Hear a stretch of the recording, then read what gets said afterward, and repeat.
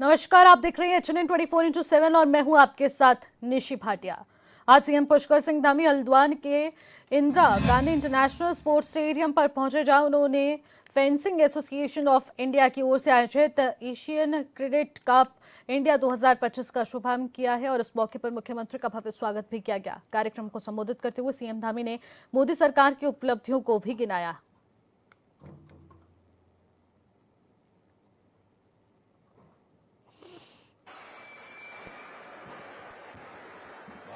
माता की आवाज आ रही है? उधर आवाज नहीं आ रही है? एक तो दीपक जी इसकी आवाज ठीक करवा दो, अगली बार जो है एक लिखते भेज दीजिए खेल विभाग को, तत्काल इसको ठीक करवा दें। एशियन कैडेट कप 2025 के अवसर पर फेंसिंग एसोसिएशन ऑफ इंडिया के महासचिव श्री राजीव मेहता जी, श्री मेडेजादा जी, सैयद उल्लाह मोहम्मद नवायरी जी, हरचंद जुडिस गंडरता जी, हसन गालिब हसन जी, भारतीय जनता पार्टी के जिला अध्यक्ष श्री पटेल, यहाँ के स्थानीय विधायक आदरणीय मोहन सिंह बिष्ट जी, भीमताल विधानसभा के माननीय विधायक राम सिंह कैड़ा जी, रानीखेत विधानसभा के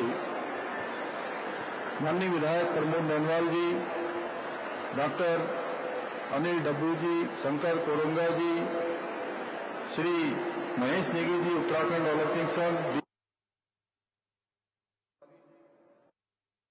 धर्मवाल जी, जिला पंचायत अध्यक्ष सुरजीत सिंह जी, मंजीत सिंह जी, आयुक्त कुमाऊं मंडल श्री दीपक रावत जी, डीएम नैनीताल वंदना सिंह जी एवं यहाँ पर उपस्थित हमारे सभी आए हुए सभी अतिथिगण और विभिन्न खेल संघों से आए हुए सभी हमारे प्रतिनिधिगण, सभी कोच, सभी अतिथिगण और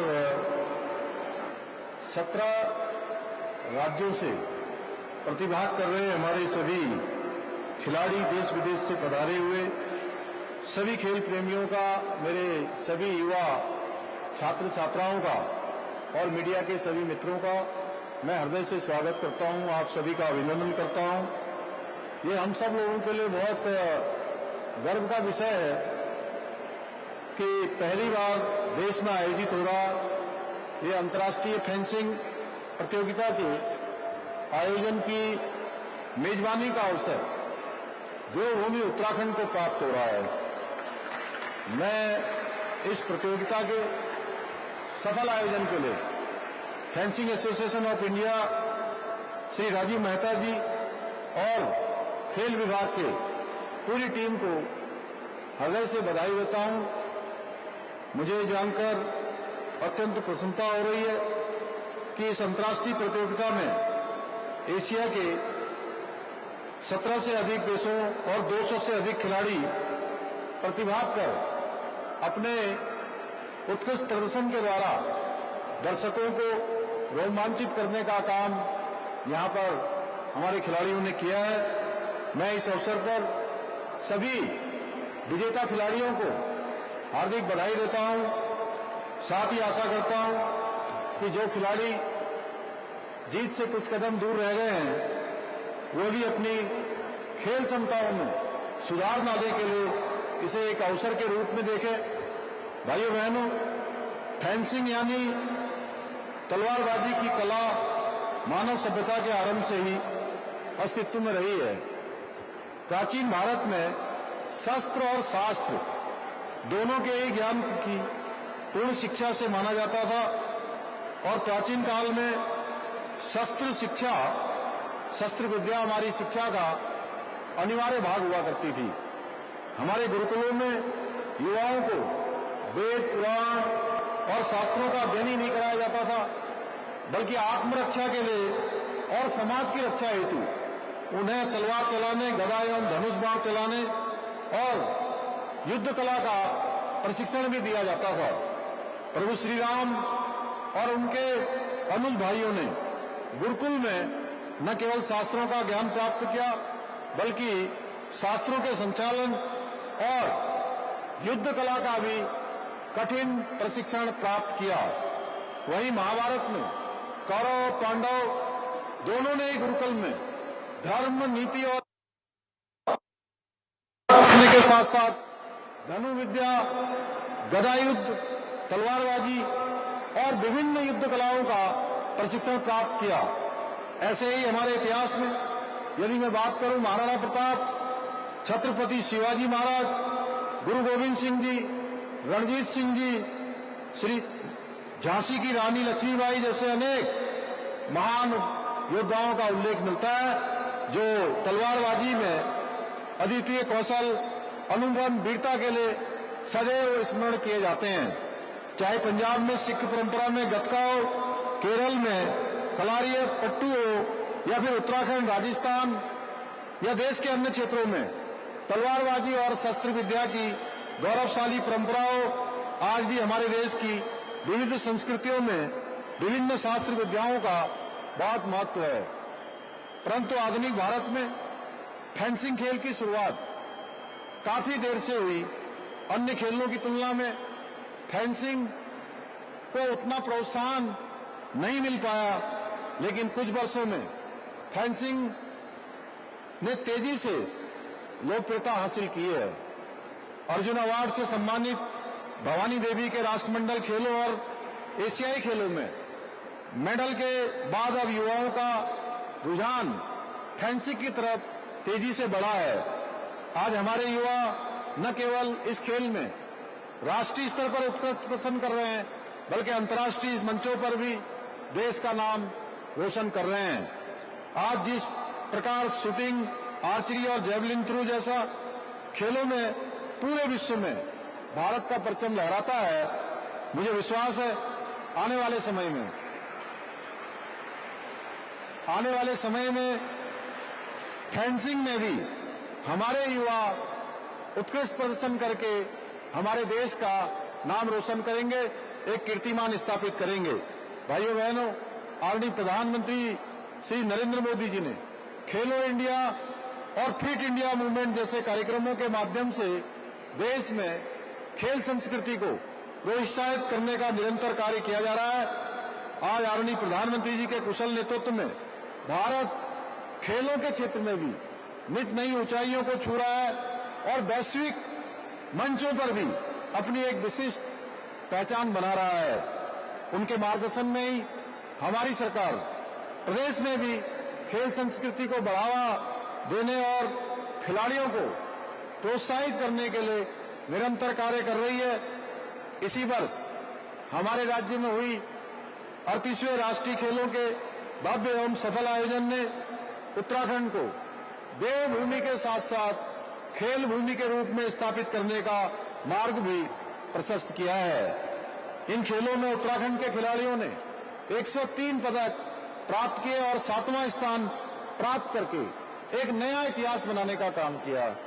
हमने राज्य में 517 करोड़ रुपए की लागत से विश्व स्तरीय इंफ्रास्ट्रक्चर विकसित करने का प्रयास किया है।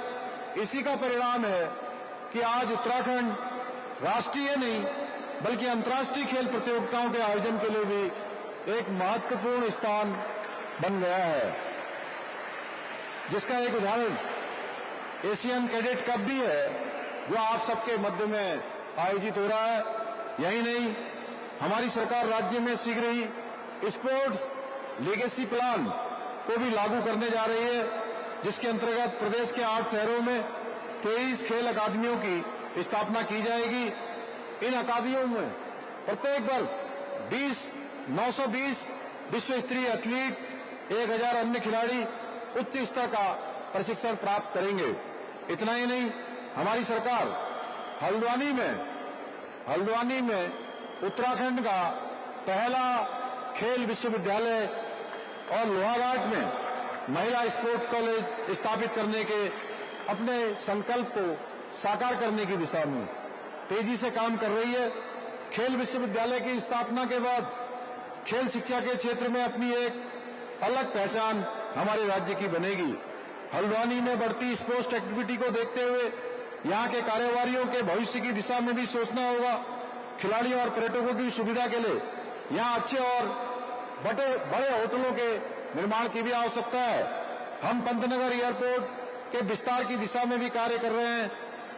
अभी मैं पिछले दिनों ही भारत सरकार के हमारी नागरिक उड़ान मंत्रालय में माननीय मंत्री जी से और उनकी पूरी टीम के साथ मेरी विस्तृत रूप से इस पे चर्चा और वार्ता हुई है कि जल्दी ही हमारा पंतनगर का जो हवाई अड्डा है वो अंतर्राष्ट्रीय स्तर के हवाई अड्डे का शिलान्यास बहुत जल्द होने जा रहा है।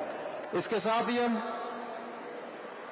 रेल मंत्रालय से भी यहाँ और नई ट्रेनें चलाने के लिए भी आग्रह मैंने किया है, जिससे आने वाले समय में यहाँ खिलाड़ियों को, पर्यटकों को और यात्रियों को बेहतर सुविधाएं उपलब्ध हो सकें। भाइयों बहनों, प्रदेश में खेलों के समग्र विकास और खिलाड़ियों को प्रोत्साहित करने के लिए हमने प्रदेश के अंदर नई खेल नीति लागू की है, जिसके अंतर्गत राष्ट्रीय और अंतर्राष्ट्रीय स्तर पर पदक विजेता खिलाड़ियों को आउट ऑफ टर्न सरकारी नौकरी प्रदान की जा रही है। इसके साथ ही हमारी सरकार मुख्यमंत्री खेल विकास निधि, मुख्यमंत्री खिलाड़ी प्रोत्साहन योजना, मुख्यमंत्री उदयमान खिलाड़ी योजना तथा खेल किट योजना जैसे कार्यक्रमों के माध्यम से उभरते हुए नवोदित उदयमान खिलाड़ियों को प्रोत्साहित करने का काम कर रही है। यही नहीं, उत्तराखंड खेल रत्न पुरस्कार, हिमालय खेल रत्न पुरस्कार प्रदान कर खिलाड़ियों की योग्यता को भी सम्मानित कर रहे हैं। इसके अतिरिक्त हमने राज्य की राजकीय सेवाओं में खिलाड़ियों के लिए जो 4% का खेल कोटा बंद हो गया था, पुनः उस 4% खेल कोटे को भी लागू कर दिया है, जिससे हमारे खिलाड़ियों के परिश्रम और उत्कृष्टता को उचित सम्मान और अवसर मिल सकें। हाल ही में हमने राष्ट्रीय खेल दिवस के अवसर पर राज्य के उत्कृष्ट खिलाड़ियों को 50-50 लाख रुपए की सम्मान राशि से पुरस्कृत भी किया है। आज के इस अवसर पर मैं आप सभी को आश्वस्त करना चाहता हूं कि हमारी सरकार प्रदेश में खेलों को बढ़ावा देने के लिए, खिलाड़ियों के प्रोत्साहन के लिए, उनके उत्साहवर्धन के लिए भविष्य में भी इसी प्रकार काम करती रहेगी। मैं इस अवसर पर आप सभी खिलाड़ियों से 2 संकल्प भी दिलाना चाहता हूं। पहला कि आप सभी पर्यावरण के प्रति सजग रहें और पौधारोपण, जल संरक्षण और स्वच्छता के प्रति न केवल स्वयं का योगदान सुनिश्चित करें बल्कि समाज को भी इसके लिए जागरूक और प्रेरित करें। साथ ही आप नशे के दुष्प्रभाव के प्रति युवा पीढ़ी को जागरूक करें और इस बुराई से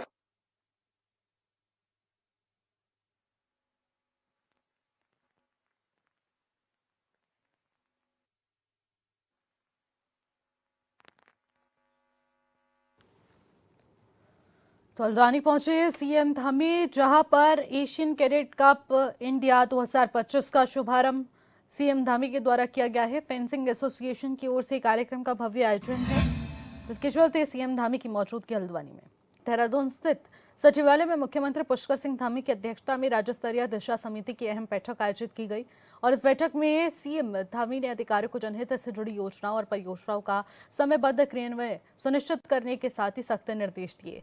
उन्होंने कहा कि जनता को विकास कार्यों का सीधा लाभ मिले और इसके लिए सभी विभाग समन्वय बनाकर तेजी से काम करें।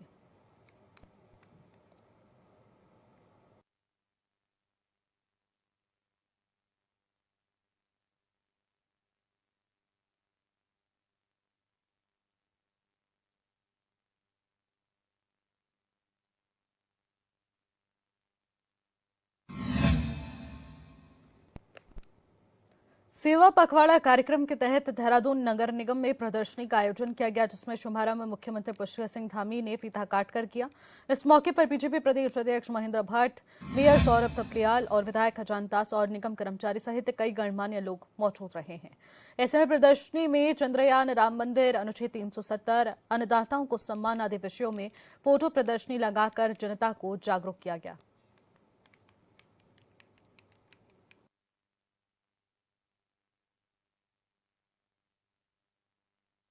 देखिए, सेवा पखवाड़ा के अनेकों कार्यक्रम निश्चित हैं।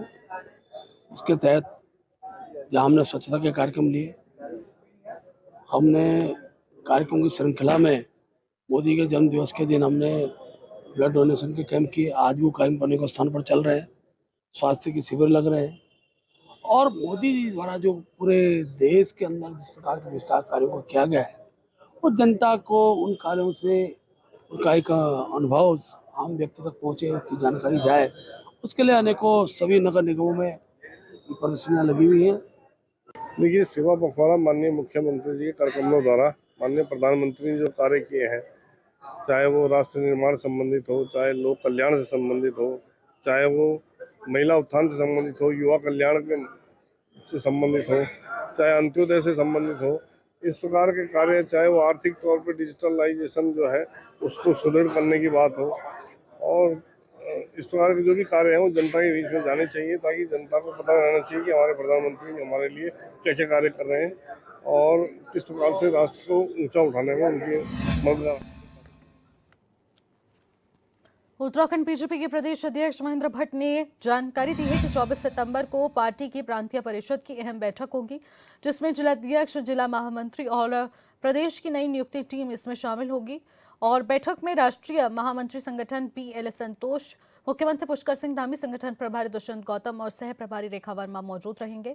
और महेंद्र भट्ट ने स्पष्ट ये भी किया है कि इस बैठक का मुख्य एजेंडा 2027 विधानसभा चुनाव की तैयारी होगा, जहां बूथ स्तर पर मजबूत प्रबंधन को और भी हर बूथ पर बीजेपी की विजय सुनिश्चित करने की रणनीति के तहत तैयार किया जाएगा।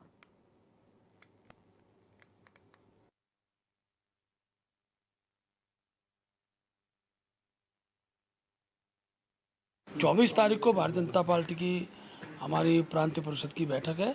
उसमें हमारे जिला अध्यक्ष, जिला महामंत्री और हमारे प्रदेश की जो अभी नई नियुक्त टीम बनी है, हम लोग बैठने वाले हैं।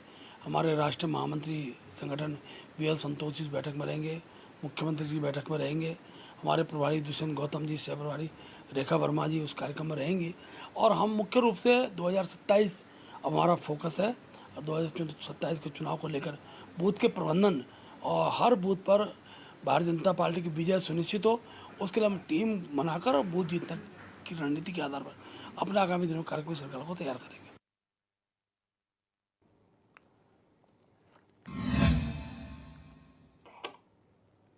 कैबिनेट मंत्री और क्षेत्र विधायक सुबोध उनियाल ने नरेंद्रनगर विधानसभा में आपदाग्रस्त क्षेत्रों का दौरा कर नुकसान का मुआयना किया है। इस दौरान मंत्री ने आपदा पीड़ितों की बातों को गंभीरता से सुना और भरोसा दिलाया कि सरकार पीड़ितों के दर्द को समझती है और उनके साथ खड़ी है। उन्होंने कहा कि आपदाग्रस्त क्षेत्र गुजराड़ा और साथ ही साथ कुमारखेड़ा वासी सालों से विस्थापन की मांग कर रहे हैं। अब दोनों जगहों पर तुरंत यहां पर जियोलॉजिकल सर्वे कराया जाएगा और रिपोर्ट आने के बाद सरकार विस्थापन की कार्रवाई करेगी। इसके अलावा मंत्री ने मौके पर मौजूद लोनीवे के अधिशासी अभियंता से सड़क के किनारे बंद नालों को खोलने के भी निर्देश दिए।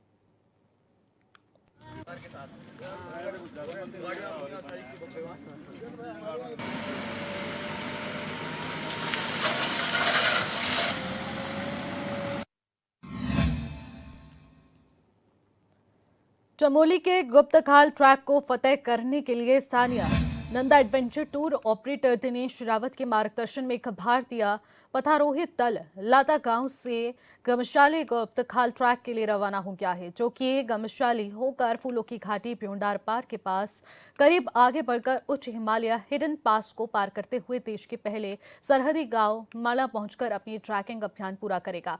ये ट्रैक समुद्र तल से 5,830 मीटर की ऊंचाई पर स्थित है। इस ट्रैक को सीक्रेट पास के नाम से भी जाना जाता है, क्योंकि ये ट्रैक उत्तराखंड का अभी तक का सबसे दुर्गम और कठिन हाई माउंटेन ट्रैक में से एक माना जाता है। जानकारी के मुताबिक पहली बार इस ट्रैक को फ्रैंक स्मिथ ने साल 1933 में सफलतापूर्वक फतेह किया था और उसके बाद 77 साल बाद यानी कि 2010 में दिल्ली के एक दल ने इसको पार कर दिखाया था।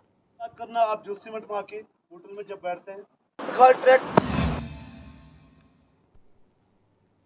जिला प्रशासन चमोली की ओर से नंदानगर के आपदा प्रभावित क्षेत्रों में राहत और बचाव कार्य लगातार जारी है। इस क्रम में आपदा प्रभावित दुर्मा गांव में 200 फूड पैकेट्स और 23 राशन किट हेली से एसडीआरएफ की टीम की ओर से भेजा जा रहा है।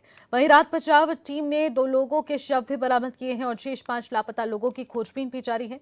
वहीं जिलाधिकारी संदीप तिवारी और पुलिस अधीक्षक सर्वेश पवार ने राहत शिविरों का निरीक्षण किया और राहत शिविरों में रह रहे लोगों से व्यवस्थाओं के बारे में भी जानकारी जुटाई।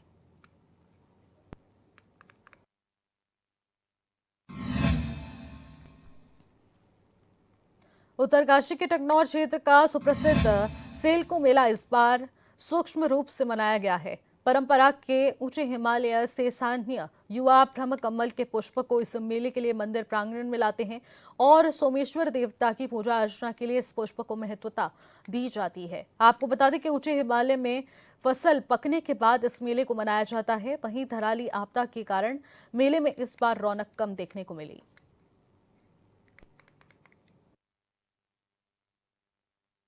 आज बड़ा सौभाग्य का यह दिन है कि यहाँ शुभ सेलकु त्योहार आज मनाया जाता है।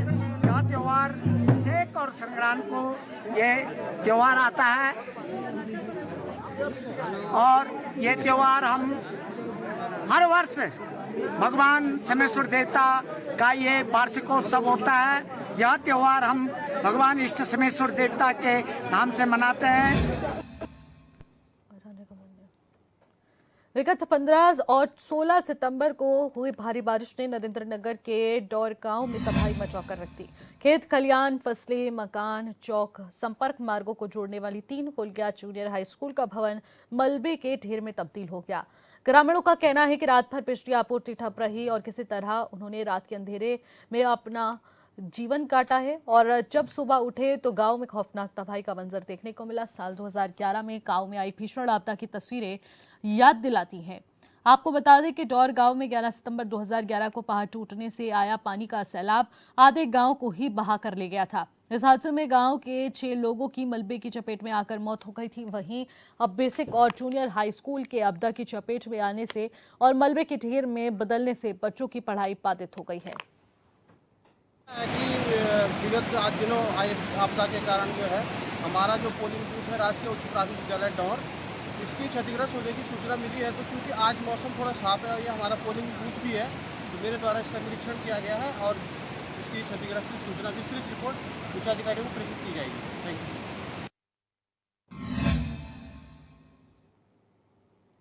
फिलहाल इन खबरों में इतना ही। आप देखते रहिए HNN 24/7। नमस्कार।